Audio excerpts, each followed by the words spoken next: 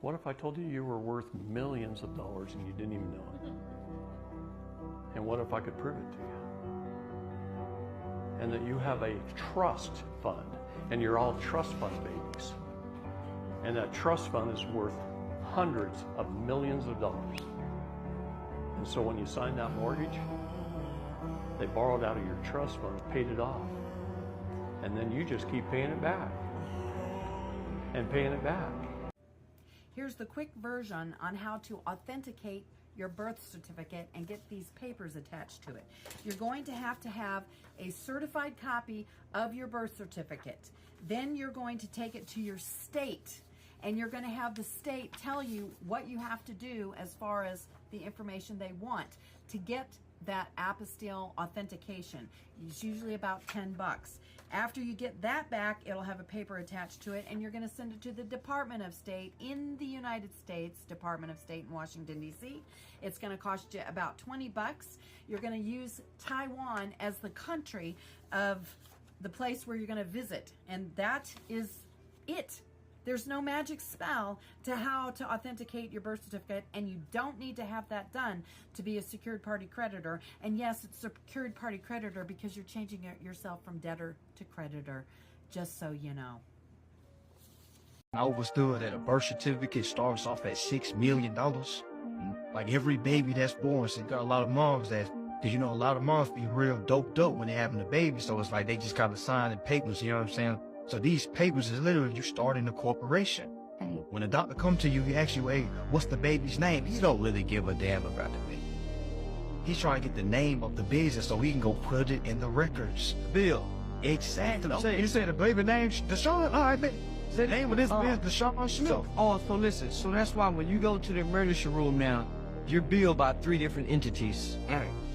The hospital, the nurses, and the doctor. Every court has a clerk, right? Look up B-A-N-C. This is the word y'all want to look up. The definition of a bank. B-A-N-C. This is the seat that a judge sits on. So I want you to know, when you choose a defense attorney, that made you a defendant. You don't want to be a defendant. You always want to be the plaintiff if you're going to play that game. Right. The same way with being pro se. Don't be pro se. Always update the record and be sui juris.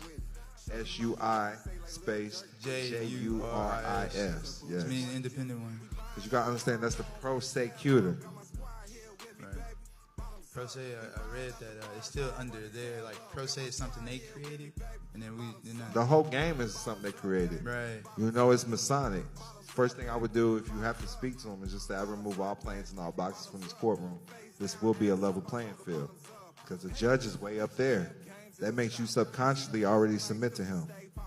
You've probably heard about some recent legislation from Congress that has some people worried, but what you probably haven't heard is there's a mass movement of people breaking out of the modern slave system and reclaiming their sovereignty. Here are the steps that they and myself are currently taking. Most other countries have a similar process. Now, you probably feel like your own person, but the federal government doesn't see it that way. The first thing to do is authenticate your birth certificate to take ownership of it. First, check the state where you were born or naturalized. Request your long-form birth certificate and look up the authentication or apostille process on their government website. Depending on where you're born or naturalized, every state has a little bit different process. Once you have your long-form birth certificate, you're going to get it notarized by a county or state clerk, and then authenticate it at the state level at your Secretary of State. After that's done, you can go online to the Department of State to download DS4194 to authenticate your birth certificate at a federal level. As an extra step, you can also submit an affidavit of ownership of your all caps name to every level of government. Now you own your corporation, your Strawman, and you can use it to interact with this world of commerce. Start learning the law. States.americannationals.org is a great resource.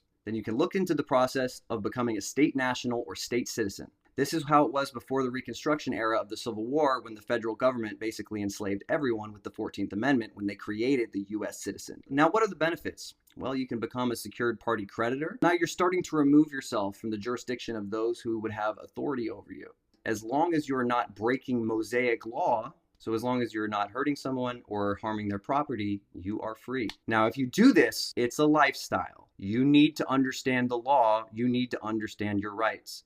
Most authorities have no idea what the law is. You might even expect lawyers would know this, but members of the Bar Association do not know this unless they have done their own research outside of their education. It's very similar to the institutionalized rhetoric of medical authorities, actually. Lastly, look up House Joint Resolution 192 and look into the Uniform Commercial Code to really see where this leads. If you are a person who would like to change your status in order to operate privately, you want to listen up. Now, whether you're wanting to operate privately as a sole proprietor, a sovereign, or even a secure party creditor, you are going to have to complete this step that I'm going to give you. And that first step is going to be authenticating your birth certificate on both the state and the federal level. So as y'all see behind us, we have this golden seal for the authentication of my birth certificate. Now you're probably wondering, what is that? What does it mean? And how do I achieve it? So like I stated, what took place in this document was the authentication of my birth certificate. And what that does is it assigns an apostille to certify that the birth certificate is genuine. So technically, I'm calling out to the state and saying I am a live entity.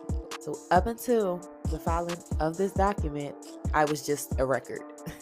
So here's the good information.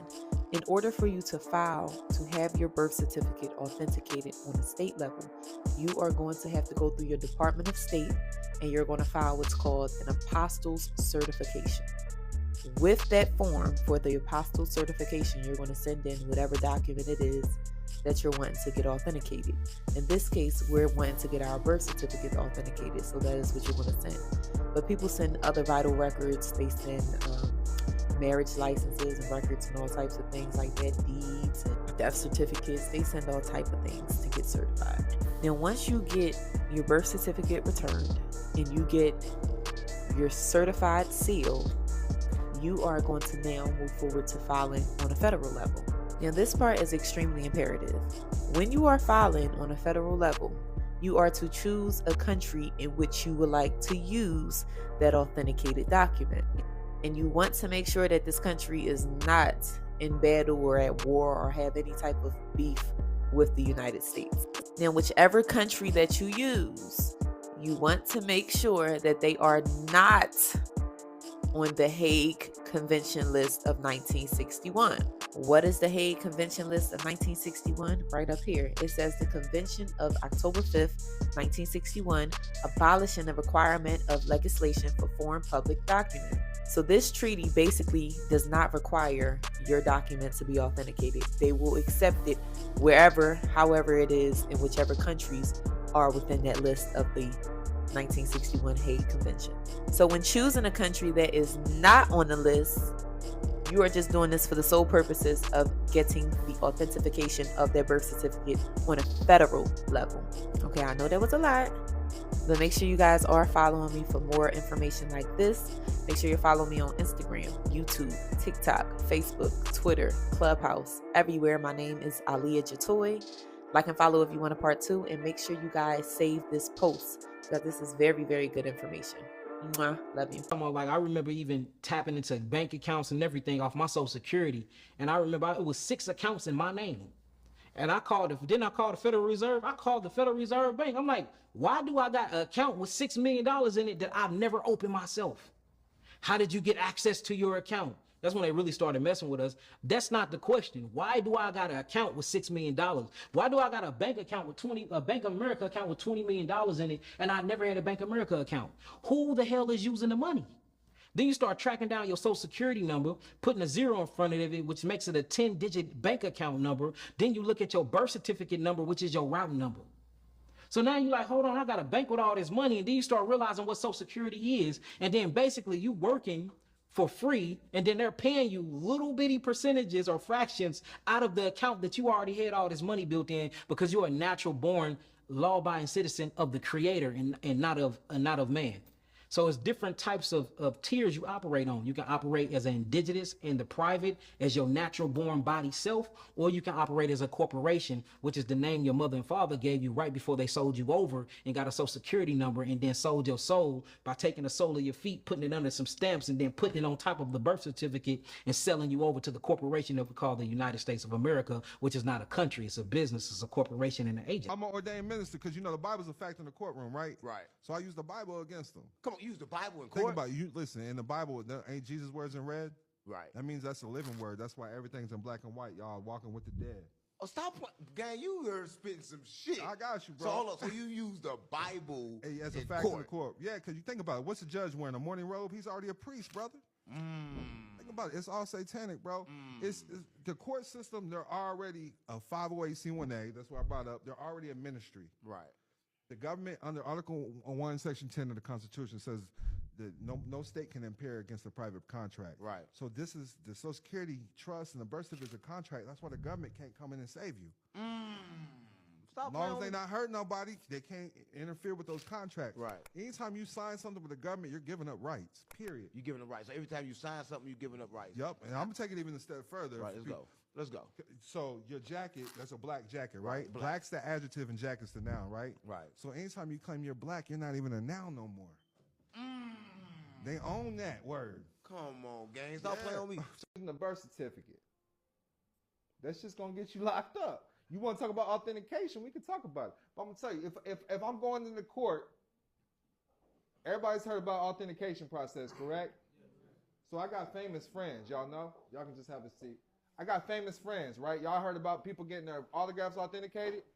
If that celebrity is still alive, can they authenticate their own birth certificate or their own autograph? Yes, they can.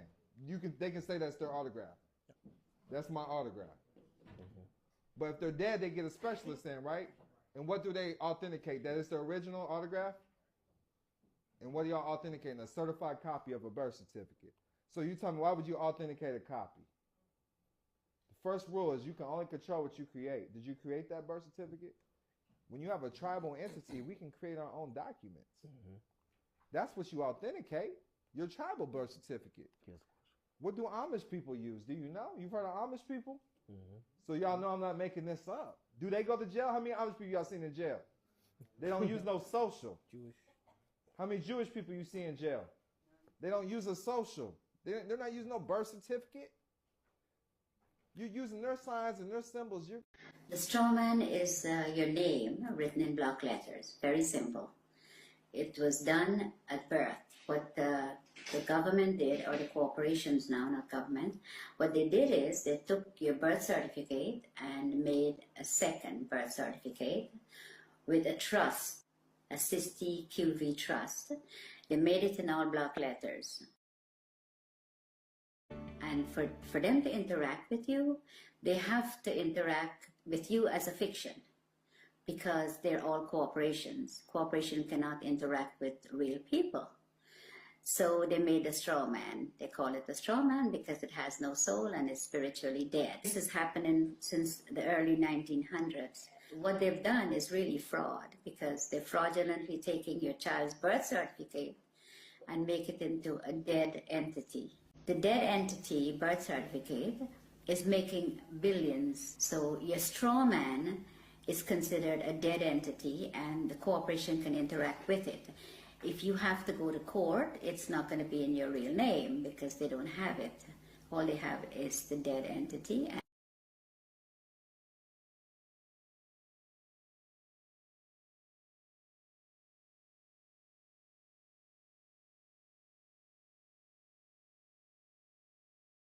A signature is under the UCC, which is the fiction, the straw man. Your autograph is the real person. So if you go up to a movie star and says, "Can I have your autograph?" You never say, "Can I have your signature?" It's always autograph because you have flesh and blood. Signature is what you're signing every time they can go into your account and take money. And every time you do sign a piece of paper, you can bet that that signature of yours is being monetized, securitized. It is. By the banks, by everybody that you, wherever you sign, credit cards, everything. I must object. I am not the name that he is referring to. I am the living man. The name that Mr. Riley refers to, ma'am, is held by the state in all capital letters and is identified by the state on the state's driver's license, ma'am. I am not the all capital fiction. I am the living man whose mark is that of life. It is called a signature, and the nature of that sigil, ma'am, is the living person. It is never in all capital letters.